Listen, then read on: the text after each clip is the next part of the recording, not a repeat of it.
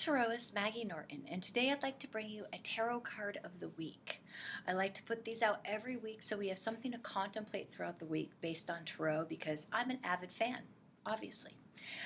What we've chosen this week, I've already went ahead and shuffled, is the Wheel of Fortune. The Wheel of Fortune is just a wonderful card of opportunity and growth, okay?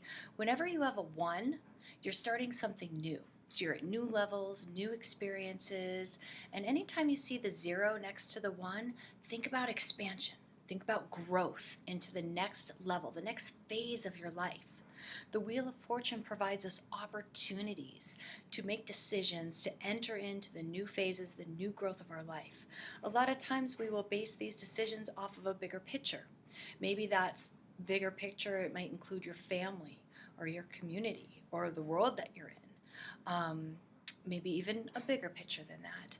But the Wheel of Fortune will always offer you this beautiful growth and expansion and opportunities to move forward. Now, the choice is up to you.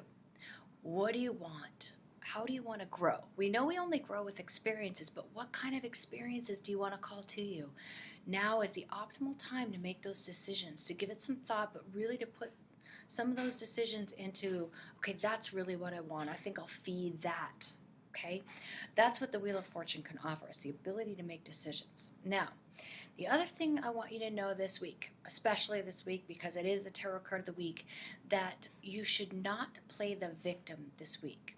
Okay, it's no one's fault by what's happening to you.